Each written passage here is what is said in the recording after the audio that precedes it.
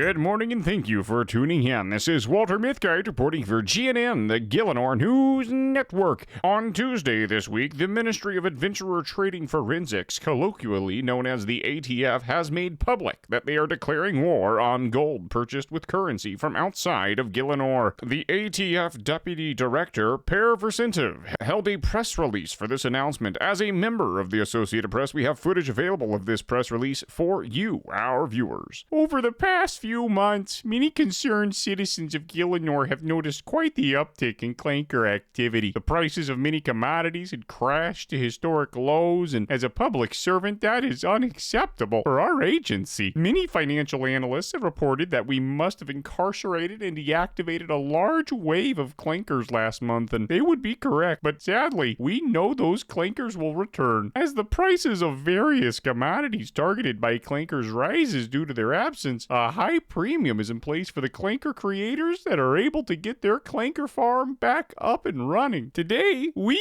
are announcing that we will be enforcing our extra Gielinorian trading rules. While adventurers have been hit with slaps on the wrist in the past, we will be incarcerating perpetrators, including up to life sentences. This is your warning. Due to our look the other way policy in the past, it would have been wrong to arrest these adventurers, but after this announcement today, we find that we can take action while not leading adventurers to be under the assumption that our organization does not care about purchasing Gielinorian gold with currency from outside of our world. So, to be perfectly clear, we are taking a harsher stance on these clanker lovers. We will be issuing arrest warrants, and all of the illicit golden items will be confiscated. Are there any questions? Oh, you with the blue hair.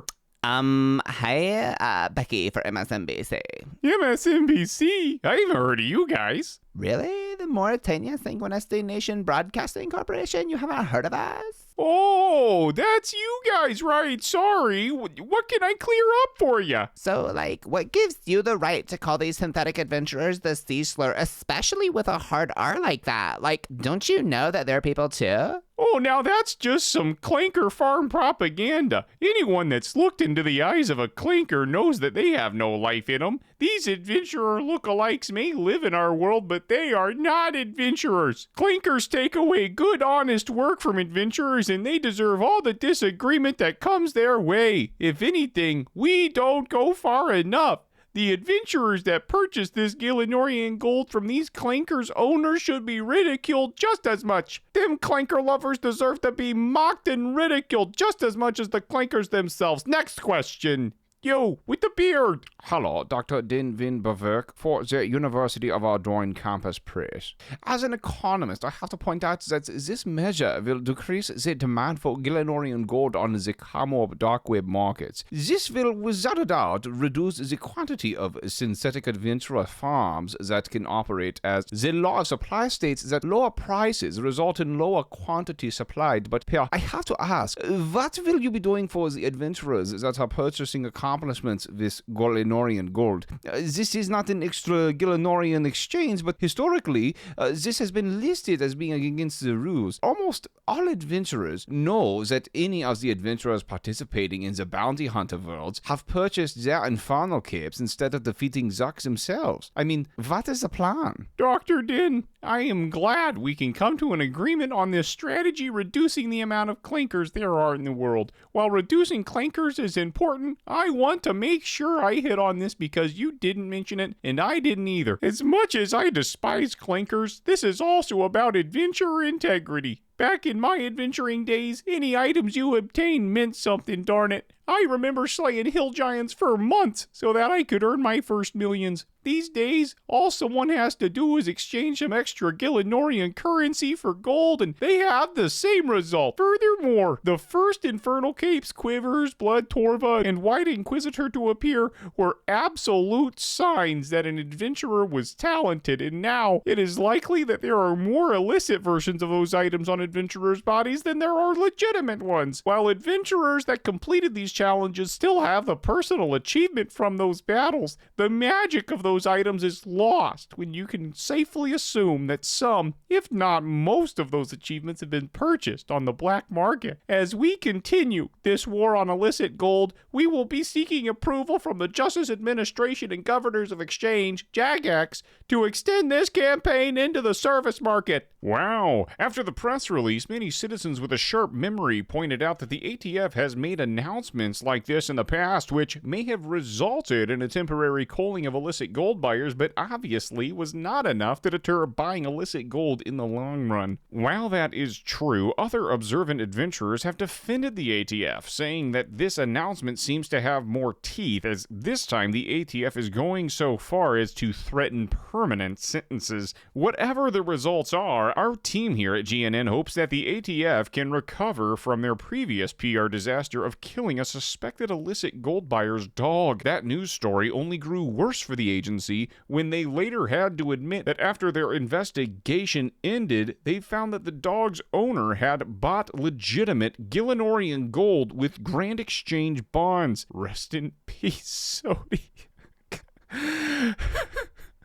Big dog.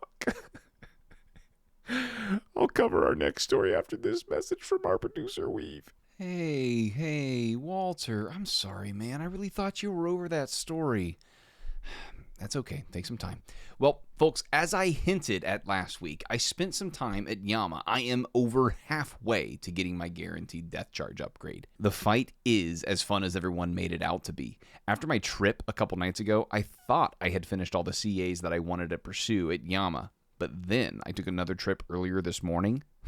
After a few rounds of deep concentration, the Grandmaster Perfection task was out of the way, and I could lean back and have some fun relaxing. Interestingly enough, we actually got the first speed CA after we killed Yama once on this trip. It definitely counted our most recent kill times from our trip the other night.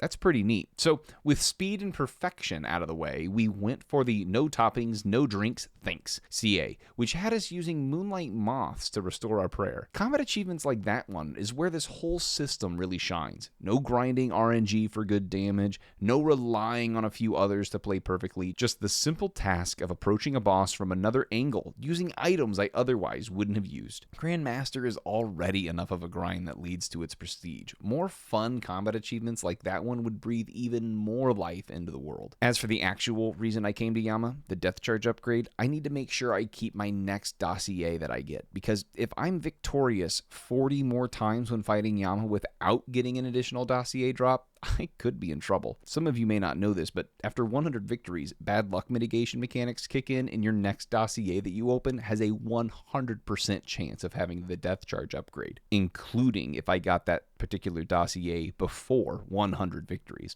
In any case, I'm very excited about this announcement from the ATF when it comes to punishing illicit gold buyers, but man, I feel like adventurers need a culture change more than anything. If you know anyone that's purchased illicit gold or services, please roast them. I'm not asking you to be a snitch to report them, but hey, I mean, that'd be kind of funny too, right? Unlike their bought gold, infernal capes, and quivers, they deserve it. Speaking of things undeserved, I don't deserve you guys.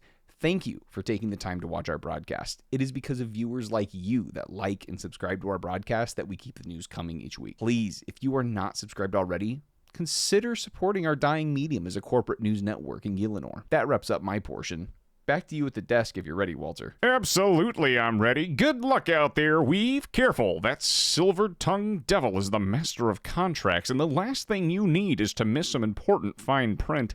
Which leads me to our next story. Those of you that are residents of Morytania and read the fine print of the Morytania HOA agreement will know that all construction projects need approval of the association. Dr. Fenkstrain, who holds a doctorate in anatomical biochemical engineering from DUCUD, that is the Darkmire University Campus University of Darkmire, decided that he wanted to build a bridge to his mausoleum. For now, the association is blocking this development until Dr. Fenkstrain fills out the appropriate forms in duplicate. In an effort to get around this bureaucracy, Dr. Fenkstrain has given adventurers permission permission to build the bridge themselves. He wagers that adventurers would need to build a portion of the bridge from each side, which he estimates would require 59 construction, 12 teak planks, and 56 nails. As the bridge itself is quite old, he also encourages adventurers to have at least 69 agility before attempting to cross the bridge, should they finish it. I would comment on how oddly specific Fenkstrain's estimates are, but hey, the man's a doctor. With the Port Sarim Sailing Authority opening up the waters as early as this year, many cities are pouring funding into their tourism sector. While economists have historically determined that state-sponsored subsidization of industry leads to wasteful surplus, adventurers may find themselves able to benefit from the various achievement diaries that are seeing upgrades due to these efforts. First up are the Fremenik Sea boots, which now have charges that lower achievement diary tiers. This will be very helpful for reaching that corner of the world for adventurers that are just starting their journey. The other perk seeing an upgrade this week is Morytania's very exclusive Harmony Island herb patch. While the herb patch is still exclusive, requiring the elite tier of achievements to be done for Morytania, a zombie from the island wanted to share on our broadcast this upgrade to the patch. Take it away, Slurp.